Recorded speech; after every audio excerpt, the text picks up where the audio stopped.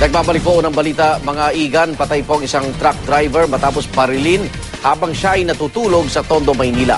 Narito ang report ni Salima Refran. Nagtuloy-tuloy na sa pagkakahimping ang lalaking ito matapos mabaril habang natutulog sa isang duyang nakakabit sa minamanehong truck sa may Moriones, Tondo, Maynila.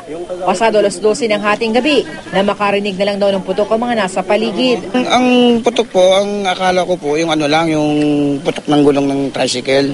Yun lang po. Nang digdan daw ang biktimang si Celerino Udtuhan, may tumutulo ng dugo mula sa kanyang ulo. Patay ang biktima sa tama ng bala sa ulo. Nag-recover din ng basyo at slug ng isang bala ng kalibre 45 sa lugar. Namamahinga lamang sa lugar ang biktima habang naghihintay ng biyahe. Ang anak ng biktima na pahinante, labis ang hinanakit sa nangyari. Hostesya lang yung akin. Bakit nila ginawa to? Walang kasalanan ng tatay ko. Yun lang. Kwento ng anak ng biktima, bago napatay, nakipag-inuman pa raw ang kanyang ama sa ilang kaibigang kapwa truck driver. Pero tiwala daw siyang hindi magagawa ito na mga kaibigan ng ama. Ang mga nakainuman, inimbitahan para magbigay ng pahayag sa pulisya. Tulog na kami. Hindi namin magagawa sa driver namin. Magagawa namin yun. Hindi namin magagawa yun. Ang pulisya, nais naman beripikahin ang isang kwento ng mga residente.